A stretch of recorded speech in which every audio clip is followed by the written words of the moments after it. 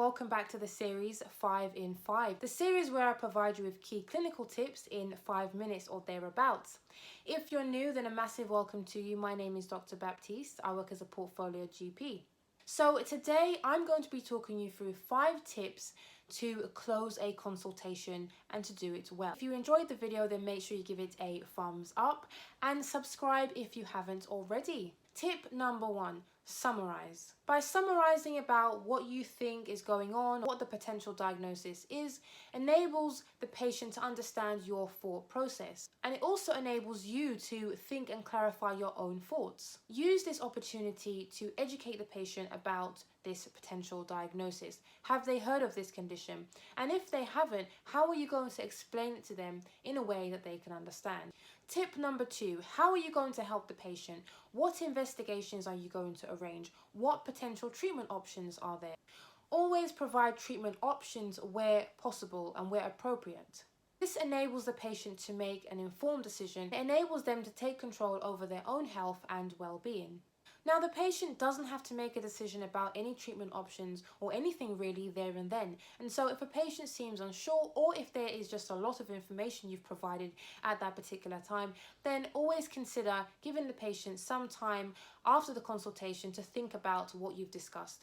Now, tip number 3, following on from that, always ask the patient if they have any questions. Like I said above, there may be a lot of information that's difficult for them to digest, and so it's a good point right at the end to ask them if they have any questions. Is there anything that you could explain better?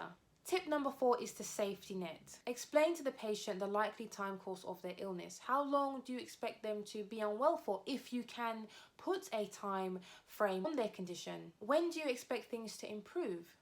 And if things were to get worse, how would they get worse? What are the signs and symptoms that that patient or patients should be looking out for? And if they experience any worsening symptoms, where do they go to get help? In core hours or out of hours?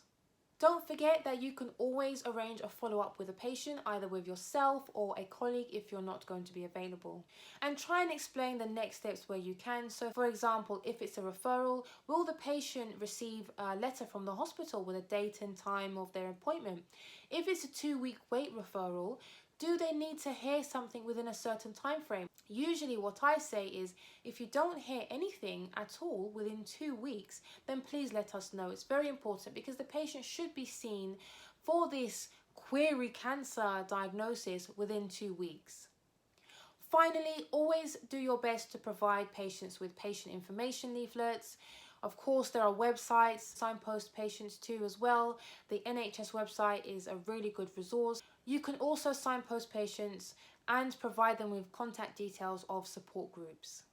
And final tip is to make sure you document clearly. This is really important, not only for yourself and good record keeping, you'll be able to look at your notes and it may jog your memory because you may not remember, but also for colleagues. So if you're not there, they can follow your plan, they know exactly your thought process. So those are just a few tips to help you close the consultation with your patients. I hope you found it useful. As always, if you did, then make sure you give it a thumbs up. I will see you in the next video.